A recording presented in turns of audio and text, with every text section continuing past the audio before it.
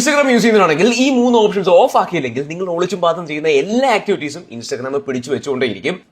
ഞാൻ കയറിയ സൈറ്റ് എല്ലാം റെക്കോർഡ് ചെയ്ത് വെച്ചിട്ടുണ്ടല്ലോ, വേഗം ഓഫ് ആക്കി. ഫസ്റ്റ് ഓഫ് ഓൾ നിങ്ങൾ ഒരു കാര്യം മനസ്സിലാക്കണം, ഇൻസ്റ്റാഗ്രാം നമ്മളെ ഒന്ന് അണ്ടർസ്റ്റാൻഡ് ചെയ്യാനും അതേപോലെ തന്നെ നമുക്ക് ആഡ്സ് എന്നിട്ട് അവർക്ക് പൈസ ഉണ്ടാക്കാനും തീർച്ചയായിട്ടും നമ്മുടെ കുറച്ച് ഡേറ്റാസ് അവരെടുക്കും. ഇത് നമുക്ക് ഡിസ്കണക്ട് ചെയ്യാനും പറ്റും. ഇതിനുവേണ്ടി നിങ്ങൾ ഇൻസ്റ്റാഗ്രാം ഓപ്പൺ ചെയ്യുക. ഇവിടെ 3 ബാർ ക്ലിക്ക് ചെയ്തതിനു ശേഷം അക്കൗണ്ട് സെന്റർ എന്നാണ് ഓപ്ഷൻ വരും. എന്നിട്ട് താഴോട്ട് വരുമ്പോഴത്തേക്ക് യുവർ ഇൻഫർമേഷൻ ആൻഡ് പെർമിഷൻ എന്ന ഓപ്ഷൻ എടുക്കുക.